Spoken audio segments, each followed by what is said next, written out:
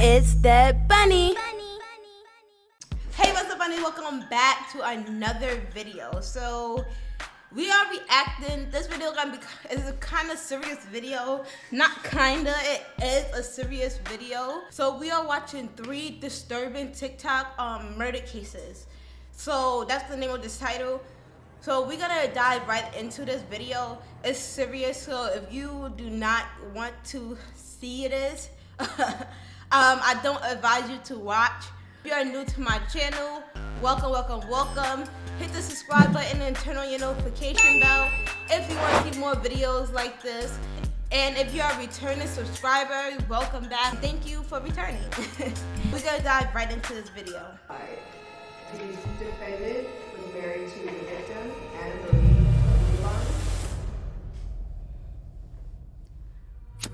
The following stories tell the tales of real cases in which TikTok played a role in a murder. Wow. This is gonna be my first time hearing Ali about any Abu of these. Laban was at one time a TikTok celebrity. He had over 1 million followers and was known for doing pop culture impersonations. In some of his videos, his wife Anna would join in. The pair appeared to be madly in love and had a cute relationship that others admired. Anna also had her own account on TikTok, and she would upload videos to that as well. The pair would dance, play around, and tease each other. The pair also shared a 5-year-old daughter. To outsiders looking in, it seemed like they had everything. They lived. Yeah, anytime you see a relationship on Facebook, don't assume that they're the greatest relationship, because most likely they're not. Some probably are, but most aren't. Lived in a high-rise apartment in San Diego, California. They were beautiful people who were living a beautiful life, or so it appeared. Anna's life in San Diego was much different than the life she had been born into.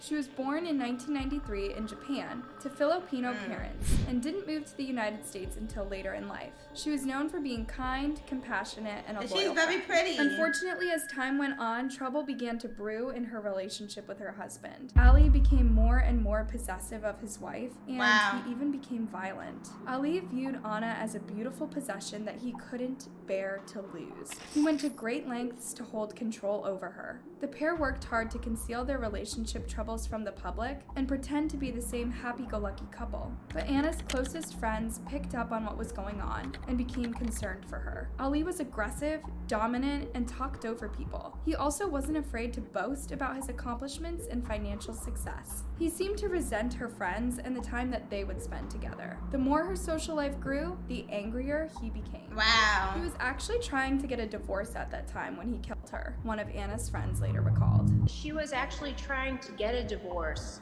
at that time. I don't know why. I thought it was the other way around.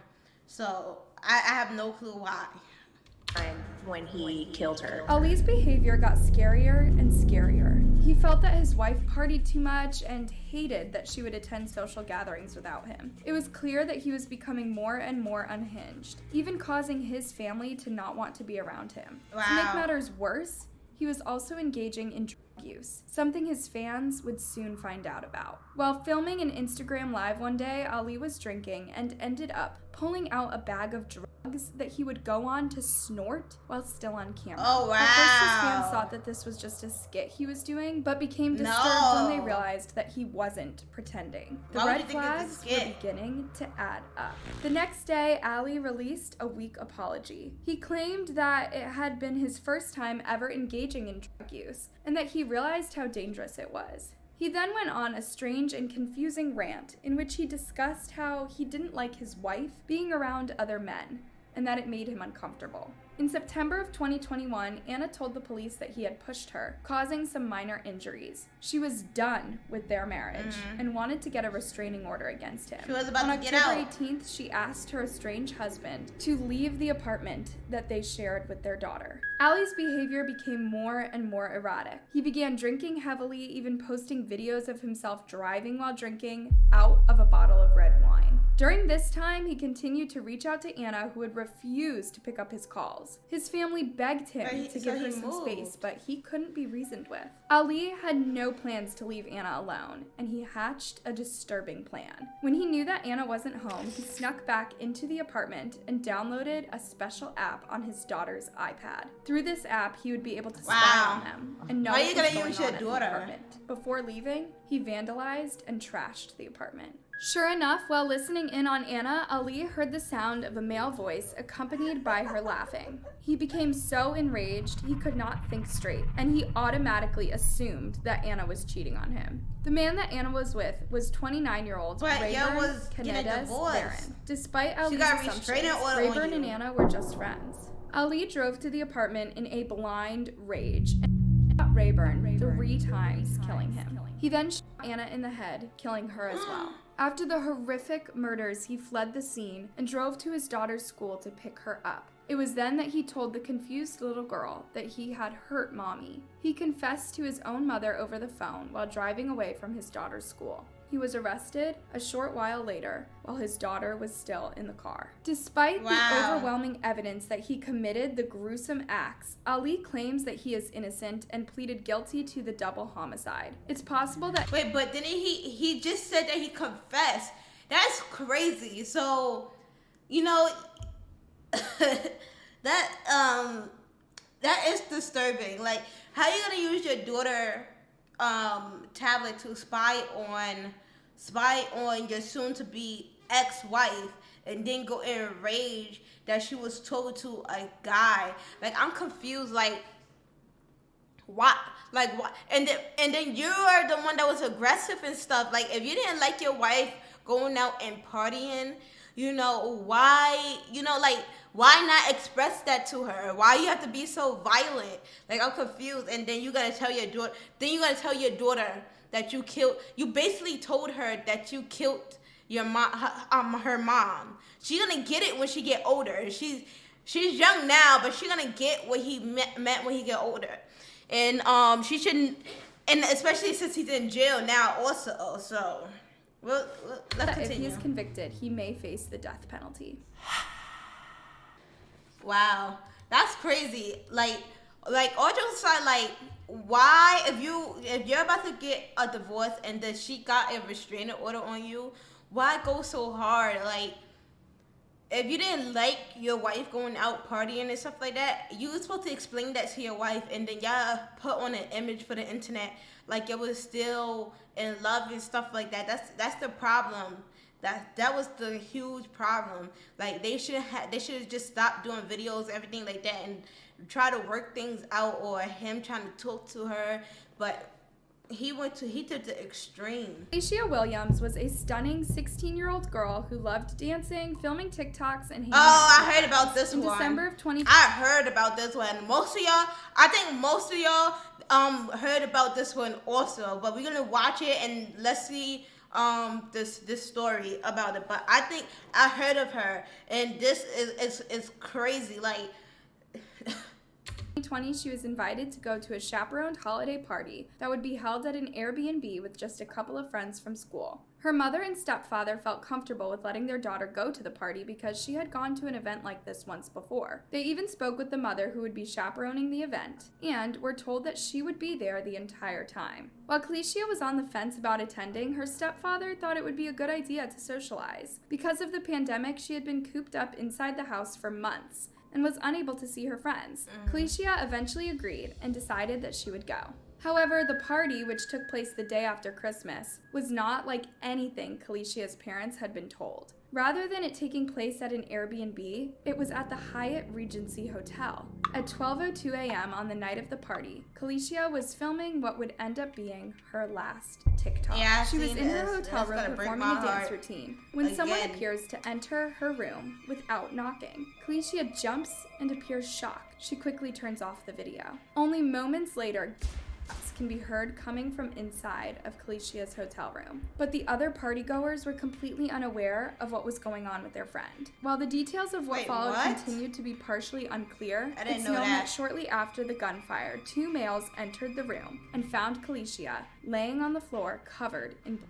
They carried her to the elevator and the authorities were notified. When the paramedics arrived at the scene, Kalicia was not breathing and had no pulse. She was then transferred to the hospital where doctors tried to save her life, but were unsuccessful. While all of this was going on, Kalicia's parents reached out to the chaperone of the party to check in and see how their daughter was doing, but ultimately were not given the truth about Kalicia's fate until 8 hours after her death. The parents are of course heartbroken, but also enraged that they trusted this adult to take care of their daughter, only to be let down. They believe that But why kill her, and why was she in a separate room where everybody else was at? Individual should be held partially accountable for what happened. The hotel room was in her name, so I feel like she should be held accountable for my daughter's death. I wonder if they know who April did it. Smith, Kalicia's mother, told reporters. As for the suspect, he is believed to be a juvenile male, but his name has not been released. The male allegedly entered Kalicia's hotel room and a verbal altercation took place. He then fatally shot her before leaving the scene.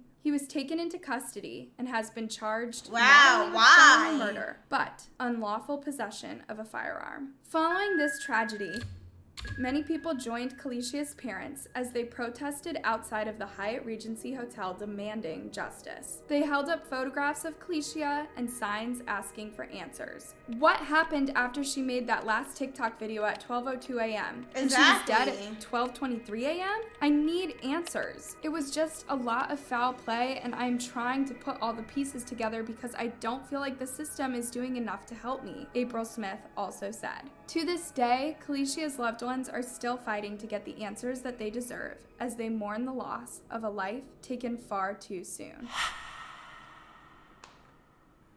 I thought a commercial was gonna pop up, but that is crazy. Like I seen the TikTok video, or the video. It was going around the internet at one point, and I seen it and it broke my heart. I was like, why just come in? Maybe they knew each other or whatnot. I'm not gonna assume anything, but why? Like, I'm so confused. Why would you walk into a room, argue with a young female, and then shoot her? What was the reason behind that? There's always a reason for something. Bukhari is a 22-year-old TikTok star from Lancashire, England. She has a relatively large audience with over 120,000 followers and over 3.2 million likes. She filmed videos recreating popular trends as well as makeup and fashion tutorials and videos with her mother and friends. Most of her videos seemed pretty innocent and lighthearted. That is, until she posted one unsettling video on January 3rd, 2022, in which she joked about having to confess to killing someone. She seemed to smile as Shawn Mendes' song, "It'll Be Okay," played over the clip. While most of her followers probably thought this was nothing more than a silly TikTok video, it was actually foreshadowing a very dark event to come. In February of 2022, Mahek, her mother, Ansreen Bukhari, and a 21-year-old woman named Natasha Akatar were involved in a car chase. Why would you put online that you killed somebody? I'm not saying that you should hide killing someone, but why did you put it online? I'm confused. Why you joke about it? Like, that's insanity. Traced two 21-year-old cousins named Mohammed Hashim Ijazuddin and Saqib Hussein, and eventually ran them off the road, destroying their car and taking both of their lives instantly. Two men named Reyes Jamal and Raken Karwan have also been charged in connection with the car chase, but it has not been released what role they played in this horrific tragedy. The vehicles that were involved in the crash include a silver Skoda Fabia, a gray Audi TT, and a blue Seat Leon. While the exact routes the cars took is still being pieced together, it is known that they were traveling at great speeds. It's unclear what sparked these three women to want to chase down the men. However, it is known that Mahek has been involved in some tension with other people in the past. Last year, she claimed that she had beef with other influencers and had felt the need to disassociate with them as a result. I would say beef was coming to me last year, and I cut off loads of people. Lots of TikTokers actually, which was really good for my mental health as well, Mahek said. Now, but why go as far as running them off the road? I'm literally thriving and growing. She also wasn't afraid to engage in risky behavior. In one of her TikToks, a flashy car is seen screeching recklessly through a parking lot, while in another clip, she is seen filming herself while driving. The video was tagged by TikTok with a warning that read, "Participating in this activity could result in you or others getting hurt." After their arrests, Mehek and her mother were brought into court. During this time, the judge asked them if they understood the severity of their charges. They both only said one word: yes. They will face a hearing on March 18th and will likely face trial in September of 2022. Meanwhile, the loved ones of Ijazuddin and Hussein are left to grieve the long lives that were ended far too soon. Sikander Hayat, Ijazuddin's father, said that at the time of the crash, Hussein was going through a hard time and his son was trying to help cheer him up. He had borrowed his grandfather's car and was using it to take Hussein to see a friend of theirs. Saqib was very down about things. Hashim loved him a lot and cared for all people in general. He would do anything to help somebody out. Wow. So why go as far as killing somebody though? If you're saying that you cut off a lot of people in your life and you feel better, why go as far as that? I'm so confused. The first one was interesting. I know these. I'm lost for words. I know about the third TikTok murder, which was devastating. That will be the end of my video. Make sure you like, comment, subscribe, and do not forget to share my channel. And I'll see you next time in another one of my videos.